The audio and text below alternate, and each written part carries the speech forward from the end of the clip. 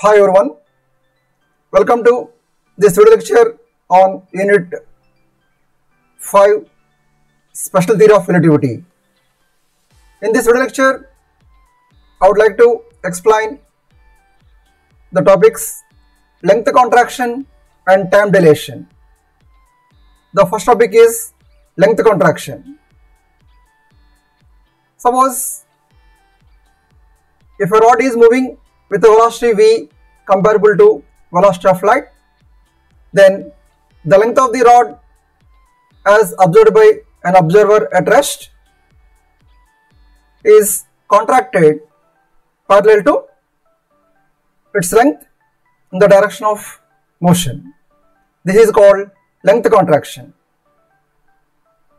This can be explained as, suppose S and S dash be two inertial frames of reference with origins O and O dash coincide initially. The frame S is at rest and the frame S dash be moving with a velocity v comparable to velocity of light. Suppose a rod AB of length L dash is placed in the frame S dash. That means with the frame S dash, the rod is moving with velocity v as observed by observer in the frame S. The coordinates of the ends of the rod AB with respect to frame S be x1 and x2, and with respect to frame S dash, in which it will at rest, be x1 dash and x2 dash. The length of the rod in the frame S dash is given by L dash is equal to x2 dash minus x1 dash, that is equation 1. The length of the rod in the frame S is given by L is equal to x2 minus x1, that is equation 2. L dash represents the length of the rod when it was at rest. L represents the length of the rod moving with velocity v comparable to velocity of light. According to Lorentz transformation equations, we have x2 dash is equal to x2 minus vt by square root of 1 minus v square by c square, and x1 dash is equal to x1 minus vt by square root of 1 minus v square by c square, that is equation 3.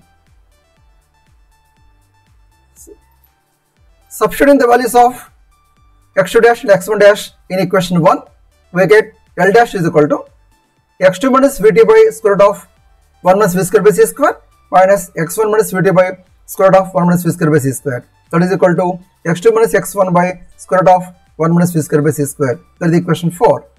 In equation 4, x2 minus x1 is equal to x1 according to equation 2.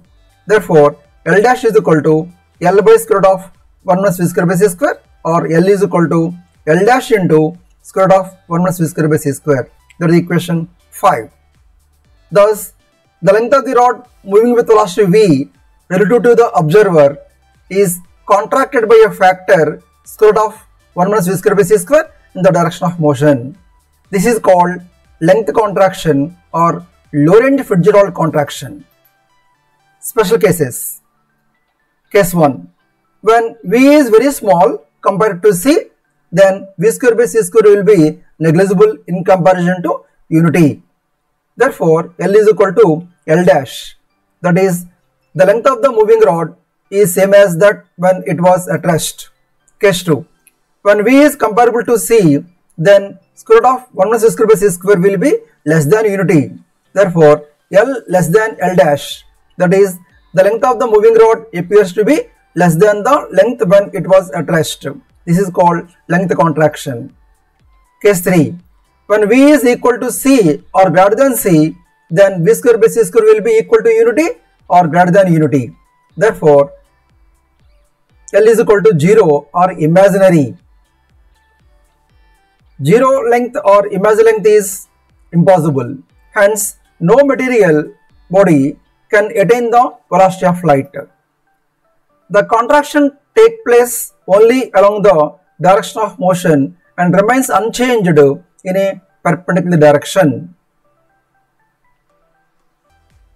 Now, the second type is time dilation.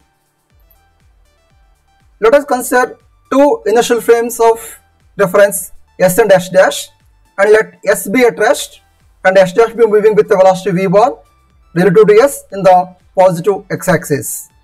Suppose a clock is situated in the frame S at position x and gives signals at an interval delta t, that is delta t is equal to t2 minus t1. That is equation 1. If this interval is observed by an observer in frame S dash, then the time interval delta t dash recorded by him is given by delta t dash is equal to t2 dash minus t1 dash. That is equation 2. Time dilation means delta t dash greater than delta t. That means moving clock measures the time interval between two signals is more than the time interval recorded by a clock when it was at rest. This can be proved as, according to Lorentz transformation equations, we have t1 dash is equal to t1 minus xv by c square by square root of 1 minus v square by c square, and t2 dash is equal to t2 minus xv by c square by square root of 1 minus v square by c square. That is equation 3. Substituting the values of t1 dash and t2 dash in equation 2, we get t2 minus xv by c square by square root of 1 minus v square by c square minus t1 minus xv by c square by square root of 1 minus v square by c square, that is equal to t2 minus t1 by square root of 1 minus v square by c square. According to equation 1, t2 minus t1 is equal to delta t. Therefore, delta t dash is equal to delta t by square root of 1 minus v square by c square. That is equation 4. This equation shows that delta t dash greater than delta t, that is the time interval recorded by a clock in frame S dash is greater than the time interval recorded by a clock in frame S. This is known as time dilation. Special cases: when the velocity of the clock, that means the velocity of frame S dash, is very small compared to velocity of light, then v square by c square will be negligible in comparison to unity. Therefore, delta t dash is equal to delta t. That is, the time interval recorded by moving clock is the same as that when it was at rest. When v is comparable to c, then square root of 1 minus v square by c square will be less than unity. That means delta t dash greater than delta t. That is, the time interval between two events recorded by a moving clock appears to be greater than the time interval between the same two signals recorded by clock when it was at rest. This is called time dilation. When v is equal to c or greater than c, then v square by c square will be equal to unity or greater than unity. So that the time interval recorded by moving clock is infinity or imaginary. Infinite time interval or imaginary time interval is meaningless. That means the concept of infinite or imaginary time is nonsense. This implies that no material body can have the velocity equal to or greater than the velocity of light. In this way, we can explain the topics length contraction and time dilation. These are the important short points. That is 5 marks each. Thank you.